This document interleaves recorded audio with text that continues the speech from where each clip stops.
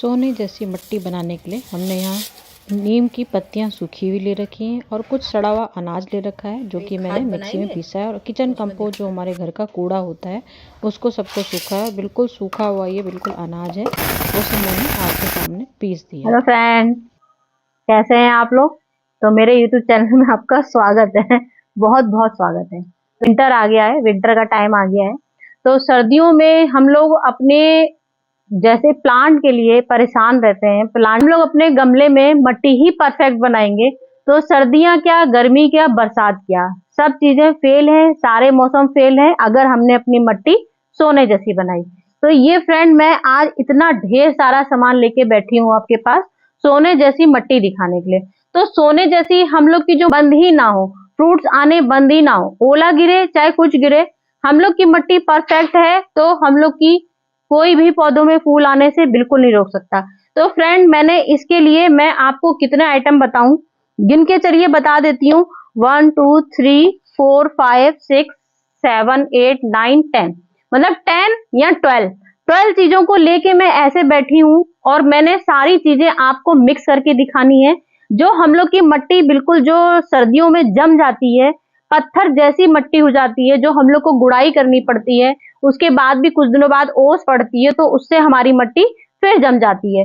तो हमको अपनी मिट्टी बिल्कुल मक्खन जैसी मुलायम बनाने के लिए ऐसा क्या अपनी मिट्टी में सर्दी में हम सामान डालें जो हम लोग की मिट्टी जम ना पाए और बिल्कुल परफेक्ट हमारे पौधे तेजी से दौड़ते हुए बिल्कुल रॉकेट की तरह भर भर के फूल देते रहें और ऊंचाइयां बढ़ती रहे सारे प्लांटों की। तो मिट्टी लेते हैं, मोरंग लेते हैं, बालू लेते हैं और भी तरह तरह की मिट्टियां लेते हैं। तो आज मैंने आपके सामने देख सकते हैं, ये मेरी छनी छनाई मिट्टी है, बिल्कुल ये देखिए, और इसमें रेत मिक्स है। तो आप अपनी मिट्टी में जब भी सर्दियों के लिए मिट्टी तैयार करें तो सबसे पहले हम लोग का सबसे फर्स्ट स्टेप आया है, देख सकते हैं। ये मिट्टी मेरी परमानेंट धूप में सूखती है, बिल्कुल जमी मिट्टी नहीं है। हम इसको पानी डाल देंगे तो भी ये जमेगी नहीं। क्यों नहीं जमेगी? क्योंकि इसमें 50% मिट्टी है तो 50% बालू लगी हुई है, रेत वाली जो बोलते हैं मोरंग मिट्टी। तो ये मैंने मोरंग मिट्टी मिला के इसको परफेक्ट बना रखा है। ये देखिए, इतनी सारी मिट्टी मैंने ले ली है, मैंने इसीलिए नाप के लिए ये तसला लिया था। तो ये हमारे 2 गमलों का समझ लीजिए, मैं 2 गमलों के हिसाब से आपके सामने मिट्टी लेके आई हूँ कि 2 गमले क्या, अगर आप 5 इंची पॉट में भरेंगे तो आपके 4 गमले भर जाएंगे। आप 10 इंची गमले भरेंगे तो आपके दो गमले परफेक्ट बिल्कुल मिट्टी। उस हिसाब से मैं रेसो बना रही हूँ आपको कि इतनी सी मिट्टी में हम लोग सर्दियों के लिए क्या क्या डालेंगे। तो ये मैंने सबसे पहले मोरंग लिया, मिट्टी ली, उसके बाद ये मैंने ले ली गोबर की सड़ी हुई खाद। तो हम लोग की जो 50% मिट्टी होती है, 50% ही हम लोग की गोबर की खाद होती है। तो गोबर की खाद में पोषक तत्व हमारे सारे ही होते हैं, magnesium, sulphur, calcium, phosphorus, nitrogen, जितनी भी हम लोग के इसमें पोषक तत्व होते हैं वो पूरे गोबर की खाद से ही पूरे हो जाते हैं।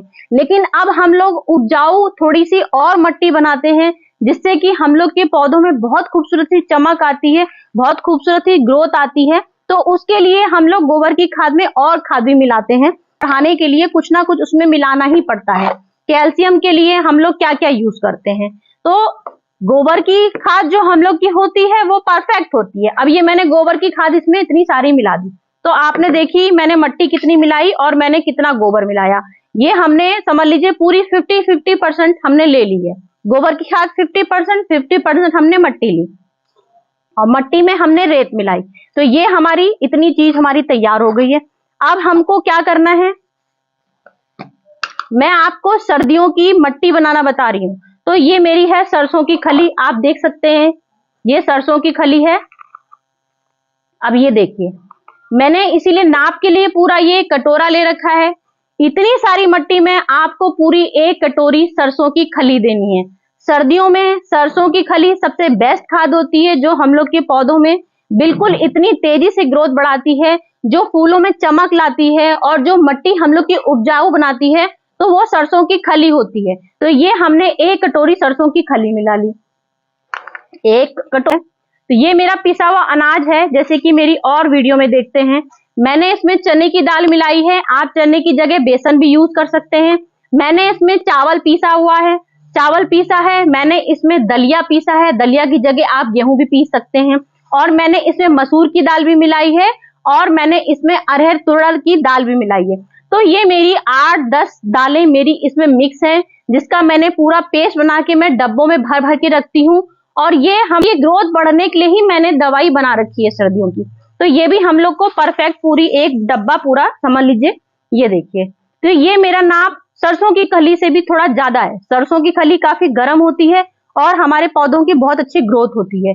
और ये हमारे ग्रोथ के फल, जो मोटे मोटे फल आते हैं, चमकदार आते हैं, पौधे मुरझाते नहीं है, मरते पौधों में भी जान डाल देता है।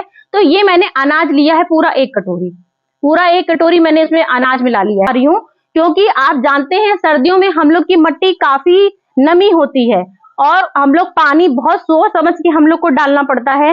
सूरज की रोशनी भी कभी कभार 2-2 दिन तक नहीं आती है। तो ये सूरज की रोशनी नहीं भी आएगी और हम लोग पानी नहीं भी देंगे तो भी हम लोग की पौधों में रोकथाम बिल्कुल नहीं होगी। क्योंकि जब हमारी मिट्टी ही इतनी उपजाऊ बनेगी, मिट्टी में ही इतने पोषक तत्व भरे पड़े हैं, तो हमारे पौधों की ग्रोथ कहीं से रुकी ही नहीं सकती है। तो ये मैंने पूरा अनाज डाल दिया। कंपोस्ट, तो ये कंपोस्ट आप सोच सकते हैं कि मैंने कौन सी कंपोस्ट ली है। मैंने किचन कंपोस्ट ली है, जो मैं पूरी छत में, आपने मेरी अक्सर वीडियो में देखा होगा, पूरी जगह जगह मैं छत में पूरे छिक्कल सुखाती हूँ। इसमें मेरे सारे छिक्कल हैं, मतलब सारे फ्रूट्स के छिक्कल हैं, सारे सब्जियों के छिक्कल हैं, सारे जो हम लोग के गार्डन की जो पत्तियां होती हैं वो पत्तियां हैं, तो वो ढेर सारी। और इसमें नीम खली भी मैंने मिक्स कर रखी है, क्यों जो मेरी हरी नीम जो होती है वो भी मैं सुखाती हूँ, तो नीम की पत्तियां भी हैं इसमें। तो ये समझ लीजिए इतना ढेर सारा मैंने बना रखा है पेस्ट। ये हमारी पूरी की डाल देना है। ये इतनी हिस्सा के लिए सबसे ज्यादा हम लोग का होता है चूना, जो हम लोग की मिट्टी बिल्कुल भी सड़ने नहीं देता है। और जो सीलन आती है, सीलन से हम लोग की मिट्टी डेड होने लगती है और छोटे छोटे स्लग उसमें अपने आप ही पैदा होते जाते हैं। ऐसे कीड़े पैदा होते हैं जो हमारी धीमे धीमे जड़ों को खोखला कर देता है। तो ये चूना जो होता है हमारा सबसे बेस्ट हमारा, बिल्कुल मिट्टी को कहीं से मरने नहीं देगा, जड़ को कहीं से खोखला नहीं होने देगा, मिट्टी प्लांट में बिल्कुल ग्रोथ बहुत तेजी से बढ़ाएगा।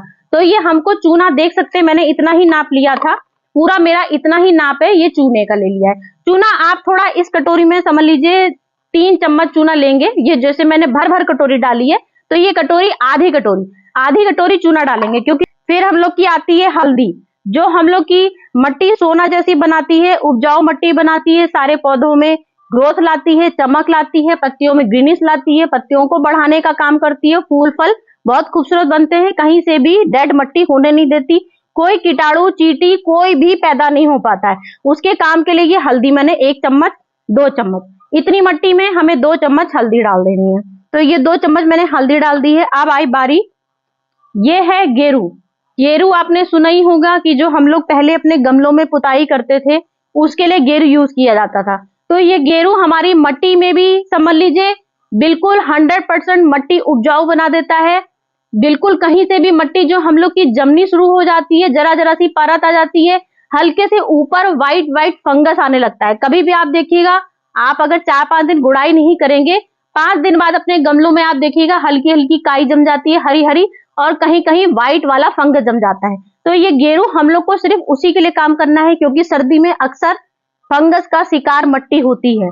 तो हमने फंगस का शिकार ना हो उसके लिए बेकिंग ये सोडा भी डाला है, हल्दी भी डाली है, चूना भी डाला है, और अब ये चौथी चीज हम लोग डालेंगे गेरू भी आपको पूरा 1 चम्मच लेना है। इतनी मिट्टी के लिए 2 चम्मच लेना है। नाप आपका यही रहेगा, छोटा वाला, 1 बड़ी चम्मच लेती हूँ मैं, 1 छोटी चम्मच लेती हूँ। तो ये गेरू और हम लोग का सोडा के लिए छोटी चम्मच ही हम लोग को यूज करनी है।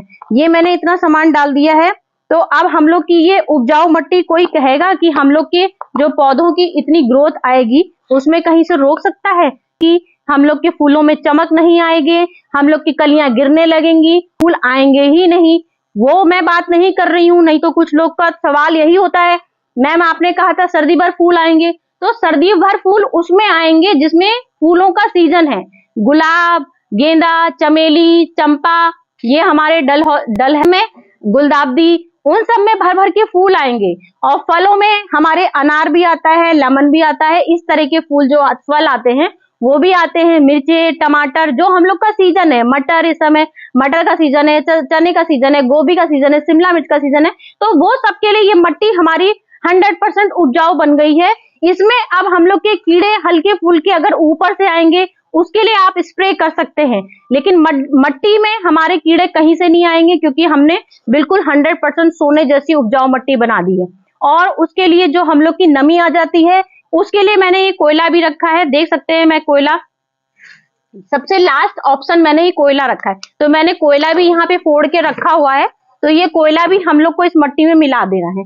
कोयला मतलब ये कोयले भी मिलाएंगे, और इसकी जो राख होती है, वुडन राख जो होती है, वो भी हम लोग को इसमें मिलानी है। तो वुडन राख भी मिला ली मैंने। और उसके बाद जैसे हम लोग राइस खस यूज करते हैं कि हम लोग चावल की भूसी लगा लेते हैं, तो चावल की भूसी की जगह मैंने इस समय कूलर की घास ली है, देख सकते हैं।